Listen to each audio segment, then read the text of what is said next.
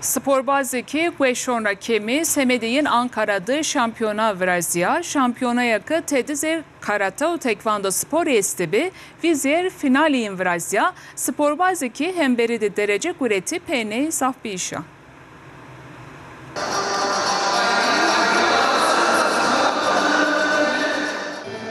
Sporbazeki Gueşon Kemi Semedi'nin Ankara'da şampiyona vrazia.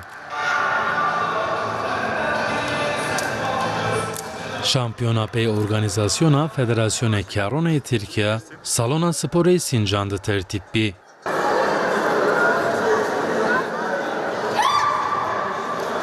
Sporbazik Gueşon Kemi yo hazriya pilradmanze karate öjdo sporunde ana şampiyonada hüneran okumojnay ra. Türkiye İşitme Engelliler Spor Federasyonu 24 branşta faaliyet gösteren Federasyona ma 24 branşonda faaliyeti vraseno. Euro itiyad ziri branşonda şampiyon estbe. Deme pandemi de ma itiyada şampiyona vraşt. Mani raddı mazi seyne faaliyetone xuri domkini. Müşavir o idari Reis-i Cumhuriyeti Zeki Korkut Ata, Vekila Ankara'ya AK Parti Asuman Erdoğan, Kaymakam Sincan Abdullah Küçük, Müdür Spor o Civani Sincan Nafiz Çapın, Uzaf Omar Dehen Valatizi iştirak kerduna şampiyona.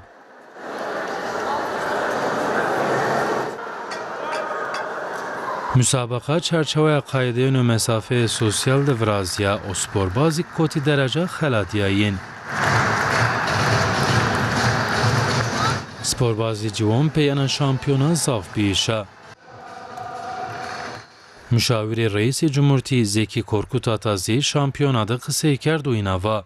Ma peyşayı akıjone xub benişa. Ma desra semedeyin çi biyero makeni. Zaten Jodra birazcık yükümüzü kaldırsak. Ta gencun ma he sporu da xevetkin ma pezaf bir kefweş. İnşallah bütün gencun ma hem mühendis xu devamkin hem spor xu devamkin.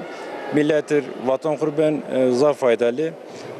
Adava mazderim ite makal destek bizi makal devlet ma federasyon ma ingurun zaf gırdık devam bükür. Hem Avrupa'da hem dünyada ma hol temsil bükür inşallah. Vekili Ankara Asuman Erdoğan zim müsabakat destek dağıcın.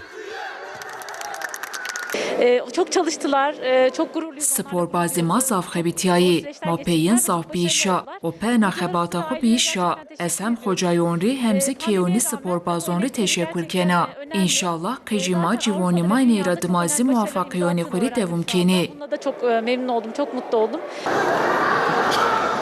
Müdür Spor o Civani Sincan Nafiz Çapın peyniya müsabakat peyana müsabakat şaya xura bahs kerd. Ama aneyradımaz destek doni spor bazone xu.